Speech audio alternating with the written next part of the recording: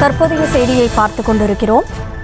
Armstrong கொலை தொடர்பாக அஞ்சலையிடம் 8 மணி நேரத்திற்கும் மேலாக விசாரணை மேற்கொண்டு வருவதாக தகவல் வெளியாகியிருக்கிறது. பாஜக முன்னாள் நிர்வாகி புளியந்தோப்பு அஞ்சலையிடம் போலீசார் துருவி விசாரணை மேற்கொண்டிருக்கிறார்கள். கொண்டித்தோப்பு காவலர் குடியிருப்பு வளாகத்தில் வைத்து அவரிடம் விசாரணையானது மேற்கொள்ளப்பட்டு வருகிறது. அந்த தற்போதைய செய்தியை பார்த்துக் கொண்டிருக்கிறோம். ஆம்ஸ்ட்ராங் கொலை தொடர்பாக அஞ்சலையிடம் 8 மணி நேரத்திற்கு மேலாக விசாரணை மேற்கொள்ளப்பட்டு வருகிறது.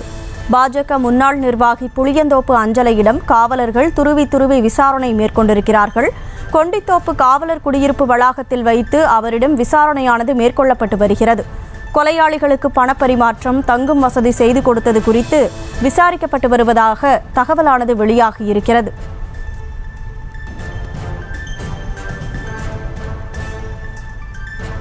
கூடுதல் விவரங்களோடு செய்தியாளர் சுதர்ஷன் இணைப்பில் இருக்கிறார். வணக்கம் சுதர்ஷன். அஞ்சலையிடம் தற்போது 8 மணி நேரமாக விசாரணை மேற்கொள்ளப்பட்டு வரக்கூடிய சூழல்ல யாருடைய தலைமையிலான காவல் அதிகாரிகள் விசாரணை மேற்கொண்டு வராங்க? முழு விவரம். பாஜகவுடைய முன்னாள் நிர்வாகி புளியந்தோப்பு அஞ்சலிடம் போலீசார் கிட்டத்தட்ட ஒரு 8 மணி நேரத்துக்கு மேலே துரி விசாரணை மேற்கொண்டு வராங்க. கொலையாளிகளுக்கு பண பரிமாற்றம், தங்கும் வசதி ஆகியவற்றை செய்து கொடுத்துவிட்டு முன்கூட்டியே அவர் எஸ்கேப் ஆனதாக தான் ஒரு தகவல். அஞ்சலையுடைய பண பரிவர்த்தனை தொடர்பான விவரங்களையுமே போலீசார் திரட்டி வராங்க.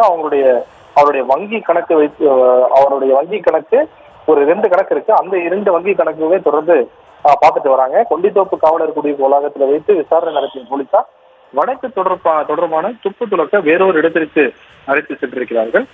கொலை திட்டத்தை வெற்றிகரமாக முடிக்க உடல் சித்தூர், அரக்கோணம், திருநென்றூர் ஆகிய இடங்களில் பலமுறை நடந்த சதி ஆலோசனை கூட்டங்களிலுமே அஞ்சலை பங்கேற்றதாக விசாரணையில தெரிய வந்திருக்கிறது.